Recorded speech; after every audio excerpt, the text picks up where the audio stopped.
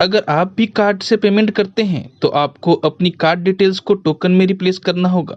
क्या है ये पूरा खबर? इस खबर को जानने के लिए आपको वीडियो को पूरा लास्ट तक वॉच करना होगा। तो क्या आप भी अपने क्रेडिट और डेबिट कार्ड का प्रयोग करते हैं? तो क्या अब क्रेडिट और डेबिट कार्ड बंद हो जाएंगे? आइए जानते हैं क्या है नया नियम। जी हाँ, मैं बात कर रहा हूँ कार्ड आरबीआई टोकनाइजेशन करने जा रहा है। जी हाँ, आप बिल्कुल सही सुन रहे हैं। बैंक ग्राहकों के साथ होने वाले फाइनेंशियल फ्रॉड से सुरक्षा को लेकर केंद्रीय रिजर्व बैंक ने हालिया वक्त में कई तरीकों पर विचार किया है और कुछ नए नियम कानून ला रहा है। कार्ड को टोकनाइज करने का विकल्प ऐसा ही नियम है। क्रेडिट और डेबिट कार्ड की डिटेल को सुरक्षित रखने के लिए आरबीआई यह नियम लागू कर रहा है। इस नियम के तहत कार्ड होल्डर्स को कार्ड से ऑनलाइन पेमेंट करते वक्त अपने कार्ड को टोकन में बदलना होगा। इस नियम के तहत अब कार्ड पेमेंट के वक्त मर्चेंट और पेमेंट गेटवे कंपनी आपका डेटा और कार्ड डिटेल्स वगैरह सेव नहीं कर पाएंगे। इसकी जगह उनके पास टोकन की डिटेल सेव होगी जो कि आप खुद बनाएंगे। जी हाँ, आप खुद बनाएंगे। आरबीआई ने इसके लिए तारीख भी तय कर रखी है। अब तक के अपडेट के मुताबिक जी हाँ, 1 अक्टूबर के बाद से यह नियम प्रभावी हो जाएगा। अगर आप भी कार्ड से पेमेंट करते हैं तो आपको अपनी कार्ड डिटेल्स को टोकन में रिप्लेस करना होगा। अभी इस नियम को लागू होने में थोड़ा वक्त है, तो आइए कार्ड टोकनाइजेशन और इस नियम को पहले समझ लेते हैं। क्या है यह कार्ड टोकनाइजेशन और क्या होता है इसमें? जी हाँ, इसका सीधा मतलब है अपने कार्ड डिटेल्स को एक टोकन में बदलने से। जब आप कहीं कार्ड पेमेंट प्रोसेस करते हैं तो इजी और फास्ट पेमेंट एक्सपीरियंस के लिए वो मर्चेंट प्लेटफॉर्म आपके कार्ड की डिटेल जैसे कि आपके कार्ड का नंबर, आपकी सीवीवी, कार्ड के पीछे लिखी 3 डिजिट वाली वैल्यू, एक्सपायरी डेट को अपने डेटाबेस पर सेव कर लेता है।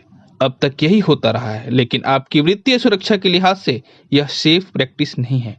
अगर उस वेबसाइट प्लेटफॉर्म मर्चेंट का डेटा हैक होता है तो आपका डेटा भी लीक हो सकता है। इसलिए आरबीआई ने कार्ड टोकनाइजेशन का विकल्प पेश किया है। इस नियम के तहत जब आप कार्ड पेमेंट करेंगे तो मर्चेंट आपकी कार्ड डिटेल्स सेव नहीं कर पाएगा, क्योंकि आपने पहले ही अपने कार्ड के लिए टोकन तैयार कर लिया है होगा।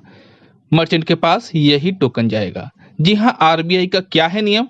आइए जानते हैं। 1 अक्टूबर 2022 के बाद कार्ड होल्डर्स की कार्ड डिटेल्स उसके बैंक या कार्ड जारी करने वाली संस्था नेटवर्क के अलावा कोई और सेव नहीं कर सकता। इसके पहले ही यूजरों को कार्ड डिटेल्स को टोकन से रिप्लेस करना होगा, यानी कि अपने कार्ड को सुरक्षित रखने की जिम्मेदारी बैंकों और खुद कार्ड होल्डर्स की है। आपको अपना डेटा सुरक्षित रखने का विकल्प भी दिया जा रहा है।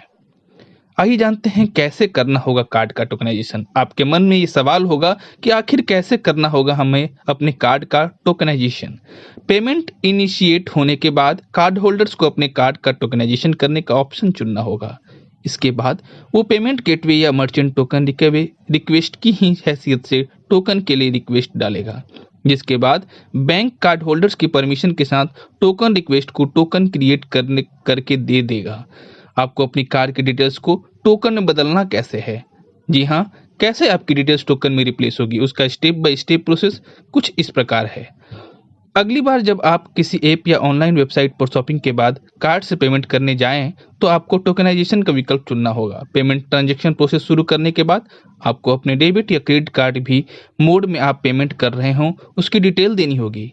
यहाँ अपने कार्ड की डिटेल भरें और इसके बाद आपको secure your card as per RBI guidelines या tokenise your card as per RBI guidelines का विकल्प दिखाई देगा। यह ऑप्शन सेलेक्ट कर लें। कार्ड का टोकन बनाने के लिए यहाँ आपको अपना अप्रूवल देना होगा। इसके लिए आपको आपके रजिस्टर्ड मोबाइल नंबर या ईमेल पर एक ओटीपी आएगा। यह ओटीपी डालने से आपका टोकन बन जाएगा।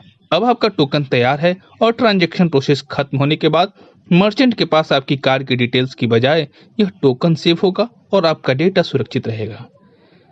तो आइए जानते हैं कुछ जरूरी बातें इस कार्ड टोकनाइजेशन को लेकर के। आपको अलग अलग प्लेटफॉर्म पर अलग अलग टोकन सेव करना होगा। अगर आपका डिवाइस खो जाता है तो इसके लिए आपको बैंक को आपको टोकन डीएक्टिवेट करने का ऑप्शन भी देना होगा ताकि आपका डेटा सुरक्षित रहे। टोकनाइजेशन प्रोसेस का फीचर यूजर को मोबाइल और टैबलेट्स पर भी मिलेगा। एक अच्छी बात यह भी है कि आपको इस सर्विस के लिए कोई भी फीस देने की जरूरत नहीं है। तो कैसा लगा यह जानकारी?